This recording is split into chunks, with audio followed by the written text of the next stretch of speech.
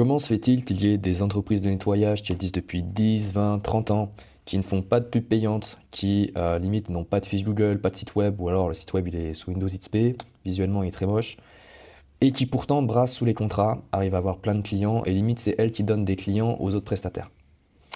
Cette question, on va y répondre dans cette vidéo. Déjà, j'aimerais commencer avec la question pour qui s'adressent les ads, qui peut faire des publicités. Déjà, ça va être ceux qui targetent plutôt les particuliers. Pourquoi les particuliers? C'est du mass market. Voilà. Si vous visez les professionnels avec des ads, ça va être compliqué. Mettez-vous à la place des chefs d'entreprise. Euh, Ils cherchent un prestataire pour nettoyer les bureaux. Est-ce que du coup ils vont cliquer sur votre publicité, remplir le formulaire? Non, je pense pas. Je pense plutôt ils vont appeler une connaissance d'une connaissance, avec un prestataire avec qui ils ont déjà eu une interaction, soit en présentiel ou même au téléphone. Et voilà, s'il y a une confiance, si on sent qu'il y a une interaction professionnelle derrière, euh, le chef d'entreprise va vous faire confiance. Mais au travers des ads, non. Franchement, non. Même le chef d'entreprise, il ne va pas regarder des pubs toute la journée, hein. Il est tout le temps en déplacement, etc. Il y a très peu de chances que ça atteigne la cible souhaitée. Donc, ce sont les particuliers qui vont pouvoir être convertis aux ads, mais pas avec n'importe quelle prestation. Il va y avoir une question de rentabilité, évidemment. Si vous commencez à proposer des services avec un panier moyen aux alentours de 100 euros, donc en dessous de 200 euros, quoi, ça va être difficile de dégager une rentabilité. Donc là, je passe le coucou aux nettoyeurs de canapé et aux laveurs de vitres. Ça va être difficile puisque, surtout si vous êtes en auto-entreprise, en plus, ce sont des charges, les publicités que vous n'allez même pas pouvoir déduire. Voilà. Donc il faudra que vous fassiez de très très bonnes pubs pour être rentable. Et franchement, bon, on va voir juste après, mais vous verrez que c'est pas rentable. En revanche, c'est pas idiot de faire ça si, admettons, vous proposez des services de nettoyage de toiture, que vous facturez un prix moyen à peu près de 1000 euros. Voilà, maison individuelle, nettoyage de toiture 1000 euros. Vous avez un coût d'acquisition avec publicité de 300 euros. Ça veut dire que vous avez fait un bénéfice de 700 euros. Là, c'est pas idiot. C'est pas idiot du tout. Mais attention, avant de faire ça, donc avant de se nicher dans des prestations comme ça haut de gamme, déjà, il y a plus de chances que vous soyez en société. Il y a beaucoup de coûts à prévoir. Il va vous falloir une camionnette, évidemment. Il va vous falloir beaucoup de matériel, peut-être même un local. Il va falloir être sûr que c'est vraiment ce dont vous avez envie de faire. Parce que là, du coup, vous vous projetez sur plusieurs années. Il va falloir connaître votre marché. Donc, de façon générale, de manière générale, il n'y a pas de raison à ce que vous commenciez à faire de la publicité quand vous lancez un business de nettoyage. Sinon, qu'est-ce qui va se passer? Ce qui va se passer, c'est que donc vous avez un petit budget, de la trésor, d'accord. Vous décidez de faire une campagne de pub. Vous faites votre campagne de pub. Votre campagne de pub vous ramène des clients, d'accord, que vous avez prospecté au téléphone, enfin, que ils ont rempli votre formulaire et vous les avez rappelés, ok, vous les avez convertis. Bon, déjà, ça prend beaucoup de temps, mine de rien. Vous réalisez des prestations, vous engrangez un petit peu de cash, puis vous en arrivez à cet état-là. C'est-à-dire que, ok, effectivement, je viens d'avoir des clients. Maintenant que ma campagne de pub est terminée, qu'est-ce que je fais? J'en ai plus des clients. C'est que des prestations ponctuelles. Qu'est-ce que je fais? Avec les sous que vous avez générés, vous allez les réinvestir encore une fois dans de la publicité. Vous allez avoir encore des prospects, vous allez les convertir, vous allez avoir des opérations. Et encore une fois, vous allez vous retrouver ici. Et en fait, très rapidement, vous allez vous rendre compte que vous allez atteindre un plafond de verre. C'est-à-dire que vous allez toujours être dépendant aux publicités. Vous n'avez pas acquis d'autres méthodes d'acquisition. Ça va vous apporter votre lot de stress, puisque du coup, le mois prochain, vous n'avez aucune idée de combien sera votre chiffre d'affaires. Vous avez du mal à vous projeter. Ça se trouve, ça sera la saisonnalité, vous aurez très peu de clients, vous n'en savez rien. Ça apporte son lot de stress. Vous allez vous épuiser à faire ça. Très clairement, c'est un process qui est très énergivore. Voilà. Savoir faire des campagnes de pub, encore et encore, rappeler les prospects, convenir d'un rendez-vous, parler prix parfois, voir où est-ce qu'ils sont.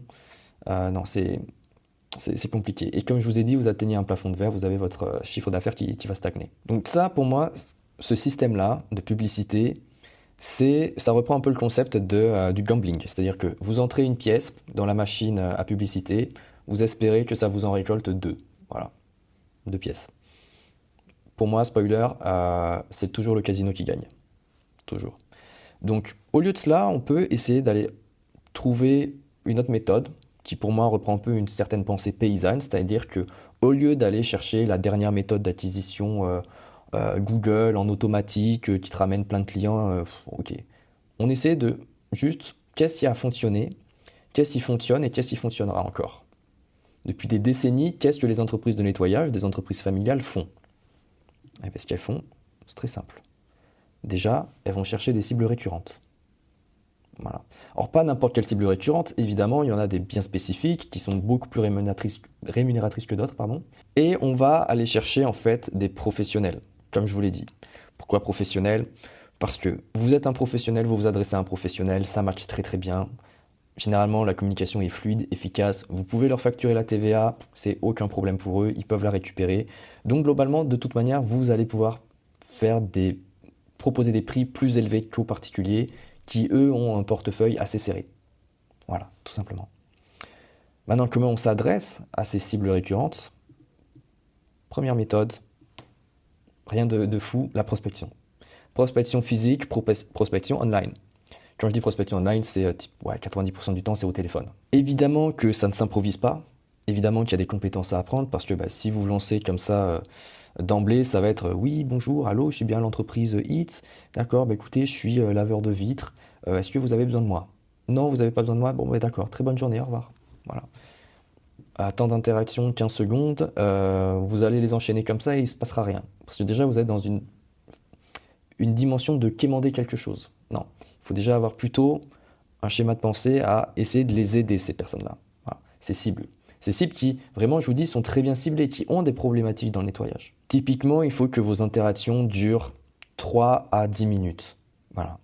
Où il y a un réel échange. Vous posez beaucoup de questions, vous regardez comment vous pouvez aider ces personnes-là. De toute façon, prochaine vidéo, je pense que je vais vous faire une démonstration justement de moi, comment je prospecte mes clients. Alors oui, ça va être des efforts, ça va être inconfortable au début, mais c'est une compétence qui va vous suivre toute votre vie.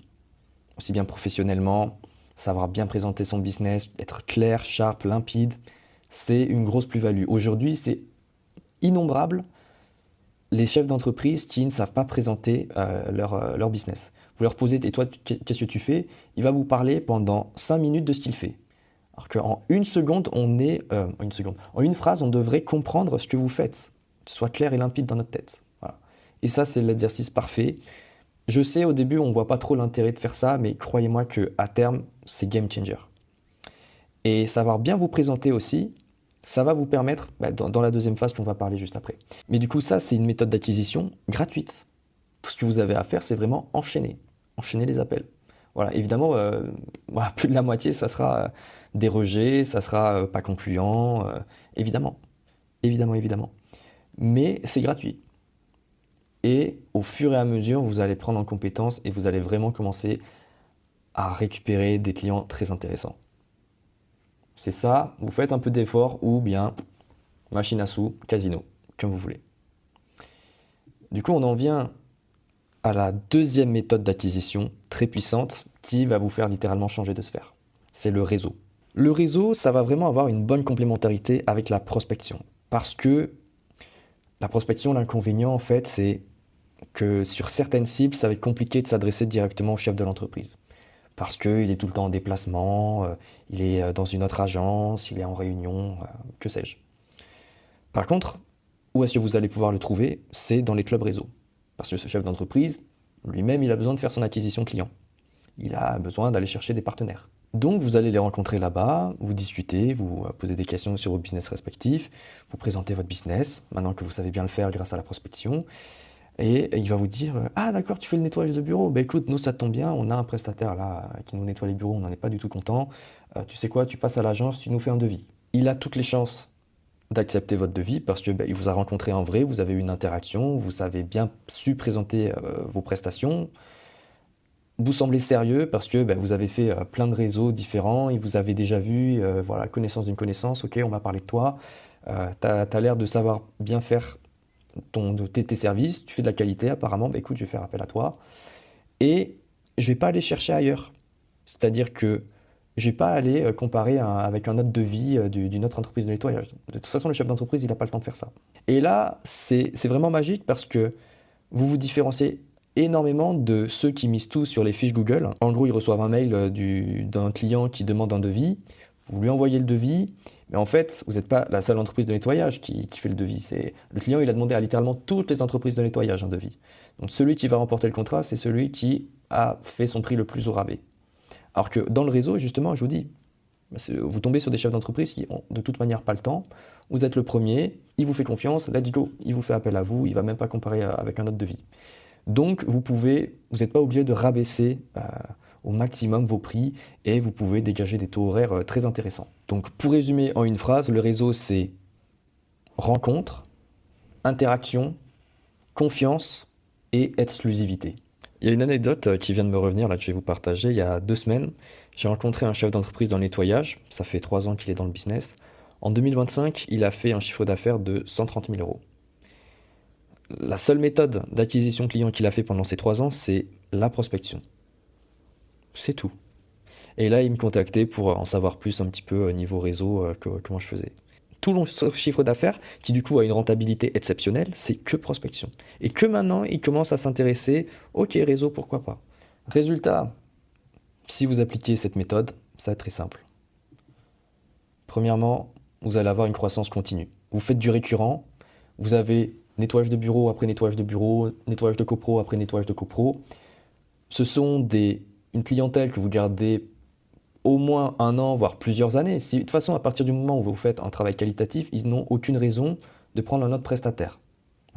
Moi, franchement, sur tous mes clients, il n'y a pas eu un seul client qui m'a bazardé et qui a pris à quelqu'un d'autre. J'en ai pas un seul. Donc vraiment, au fur et à mesure, vous avez votre chiffre d'affaires qui va croître. Voilà. Bon, et après, il y aura une question de, ok, est-ce que je continue le récurrent, je fais des nettoyages plutôt ponctuels, bien nichés, mais ça, c'est encore une autre partie. Là, on parle en mode, vous débutez. Croissance continue, très puissant. Ce qui va aussi, du coup, vous apporter, c'est que vous allez finalement arrêter de faire de la prospection parce que le réseau va commencer à prendre. Vous avez semé des graines un petit peu partout, dans plein de clubs. Ça a commencé à germer, ces graines, vous êtes visible un petit peu de partout, le bouche à oreille va prendre. Et donc, ce qui peut vous arriver, c'est, par exemple, vous pouvez du coup avoir créé des partenariats avec des artisans dans le BTP qui vous ont fait confiance et qui finalement continuent de travailler avec vous. Ils ont plusieurs chantiers dans le mois, ils peuvent vous donner un nettoyage de fin de chantier dans le mois. Voilà, à peu près en moyenne. Même si c'est une prestation ponctuelle, finalement, ça devient assez récurrent. Donc là encore, c'est très puissant. Et ces prestations ponctuelles, en plus, ça met vraiment beaucoup de beurre dans les épinards. Voilà. Et dernier point, c'est que vous allez avoir à terme la possibilité de déléguer. Parce que là encore, vous faites des contrats récurrents, très facile de déléguer, hein, nettoyage de copro, de bureau, même nettoyage de vitres, vitrines, c'est facile à déléguer. Si vous commencez à déléguer par exemple du nettoyage de canapé, des nettoyages un peu plus nichés, là ça commence à être compliqué. Voilà. Il n'y a pas plus simple que de déléguer un nettoyage de copropriété ou de bureau, franchement. Après, le tout, c'est de trouver le bon prestataire. Mais justement, ce bon prestataire, vous allez pouvoir en trouver grâce à votre réseau. Votre réseau va vous aider. Vous ne connaissez pas quelqu'un là, je suis un peu trop dans l'opérationnel, vous ne connaissez pas quelqu'un de sérieux, fiable, qui a envie de travailler avec moi. Ok, on va trouver ça. Voilà. Et vous pouvez trouver des prestataires exclusifs, là encore, de excellente qualité. Et vous n'allez pas commencer à passer par une agence de recrutement et n'importe quoi, non, pas du tout. Écoutez, j'espère que je vous ai vraiment apporté de la valeur dans cette vidéo. Mon but, c'était vraiment de vous apporter une certaine clarté dans votre tête, voilà, pour les prochaines actions à mener. Prochainement, là, je vais bientôt revenir vers vous. Je vais vous faire de la prospection téléphonique, voilà, vous montrer un petit peu comment moi je fais. Et si vous êtes curieux de connaître un petit peu les cibles que je vais chercher, ça se passe en description. C'était Olivier Delors, je vous souhaite une très belle réussite, de la persévérance. Ciao, ciao.